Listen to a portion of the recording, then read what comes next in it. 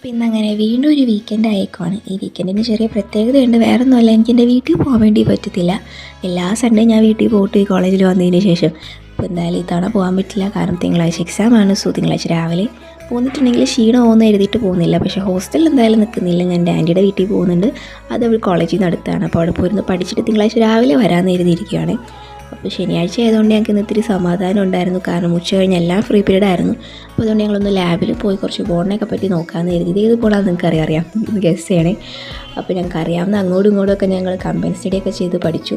അപ്പോൾ സത്യം പറഞ്ഞാൽ ആദ്യം എനിക്ക് ഈ ബോൺ കയ്യിലെടുക്കാൻ ഇത്തിരി ബുദ്ധിമുട്ടായിരുന്നു. ഒറിജിനൽ ആണല്ലോ എന്ന് അറിയുമ്പോഴൊരു ബുദ്ധിമുട്ടായിരുന്നു.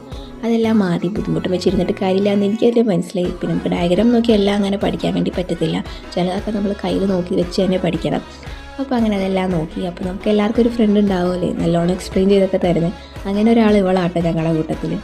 ഇവളെല്ലാം നല്ലോണം ടെക്സ്റ്റ് വായിച്ച് നമുക്കല്ല വൃത്തിക്ക് എക്സ്പ്ലെയിൻ ചെയ്ത് തരും. നമുക്ക് നല്ലോണം മനസ്സിലാവുകയും ചെയ്യും. അപ്പോൾ ഇതെല്ലാം കേട്ട് അത്രയും നേരം എനിക്ക് പറഞ്ഞു തന്നെ എൻ്റെ പാർക്കുട്ടൻ പറഞ്ഞ ഡയലോഗാണ്. ഞങ്ങൾക്ക് അങ്ങോട്ടും ഇങ്ങോട്ടും അറിയാമെന്ന് എല്ലാവരും കൂടി പറഞ്ഞിട്ടു. അത് കഴിഞ്ഞ് ഞാൻ പിന്നെ ക്ലാസ്സെല്ലാം കഴിഞ്ഞ് ആൻറ്റിയുടെ അങ്ങോട്ട് പോയി. ഇതുവരെ ഹോസ്റ്റലിൽ സൺഡേ നിന്നിട്ടില്ല. എല്ലാവരും വെയിറ്റിംഗ് ആണ്. പിന്നെ ഇത്രയേ ഉള്ളൂ. ബാക്കി വിശേഷമായിട്ട് നാളെ കാണാം. അപ്പോൾ ടാറ്റ.